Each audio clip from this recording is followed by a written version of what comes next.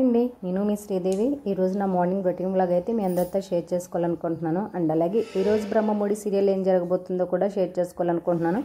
ఇక్కడ స్కిప్ చేయకుండా చివరి వరకు చూడండి. వీడియోకి లైక్ ఇచ్చేయండి ఫ్రెండ్స్. ఇప్పుడైతే వ్లాగ్లోకి అయితే వెళ్ళిపోదామా.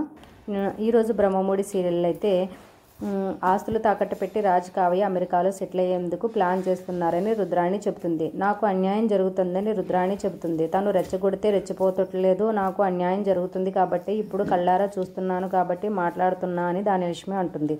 ఇక బ్రతికించావు తల్లి, కనీసం ఇప్పటికైనా నా మాటలు నమ్మావని రుద్రాణి అనుకుంటుంది. చిన్నపిల్లల చెయ్యకు ఒక కొడుకు తల్లివి అని అపర్ణ అంటూ ఉంటుంది.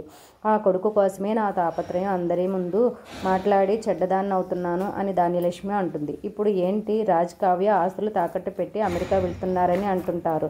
సాయంత్రం వచ్చాక వాళ్ళని అడుగుదాం, అప్పటి వరకు ఓపిక పట్టు అని ఇందిరాదేవి అంటుంది.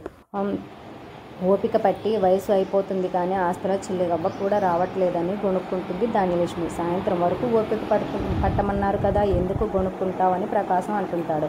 ఒకవేళ రుద్రాణి చెప్పింది నిజమే అయితే మాత్రం నేను అస్సలు ఊరుకొని వార్నింగ్ ఇచ్చి వెళ్ళిపోతుంది ధాన్యలక్ష్మి. మరోవైపు ఆఫీస్లో డిజైన్స్ ఫైల్ ప్రూఫ్ రికార్డింగ్ చేయాలని కావ్య అంటుంది. ఇంతలో రాజ్ పొలం వేలంపాటలో నెక్లెస్ కొన్న శిరీష్ అక్కడికి ఆఫీస్కి అయితే వస్తాడు క్యాష్ పట్టుకొని. అంత క్యాష్ అంతా చెక్ రూపంలో ఇస్తాడు, క్యాష్ రూపంలో ఇస్తాడు శిరీష్. అయితే రాజ్ అంటాడు, ఇంత క్యాష్ మేము క్యాష్ రూపంలో అయితే తీసుకోము, వైట్ రూపంలో అయితేనే తీసుకుంటాము అని రాజ్ అయితే అంటుంటాడు. ఇక తర్వాత మొత్తానికి రాజ్ అయితే శిరీష్ ఇచ్చిన మనీని అయితే తీసుకుంటాడు.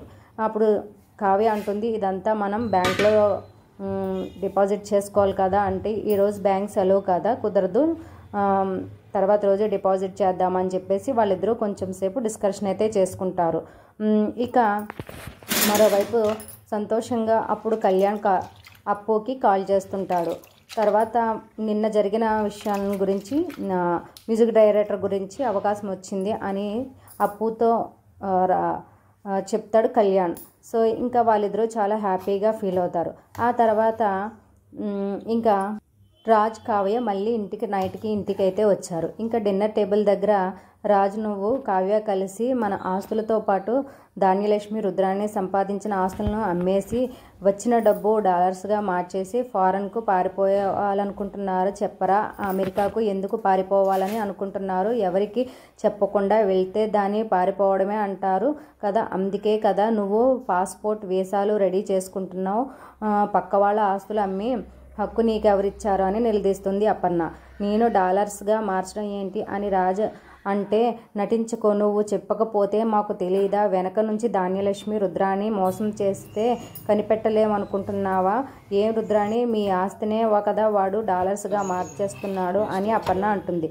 అంత దెప్పి పొడవకు వదిన, ఇందాక నేను అన్న మాటలు పట్టుకుని నన్ను నిందించాలని చూస్తున్నావు అని రుద్రాణి అంటుంది. చిచ్చి, తప్పు చేసిన వాళ్ళను నిందించను అని అపర్ణ అంటుంది. ఇక ఆ తర్వాత అక్కడి నుంచి రాజ్ని అవమానించి రాజ్ని అయితే భోజనం టేబుల్ దగ్గర నుంచి కోపంగా వెళ్ళిపోతాడు. ఇక చూసారు కదా ఈరోజు బ్రహ్మముడి సీరియల్ ఏం జరిగిందో. సో నా మార్నింగ్ నుంచి ఈరోజు రొటీన్ వ్లాగ్ అయితే మీ అందరితో షేర్ చేసుకున్నాను. వ్లాగ్ నచ్చితే ఒక లైక్ అయితే ఇవ్వండి ఫ్రెండ్స్.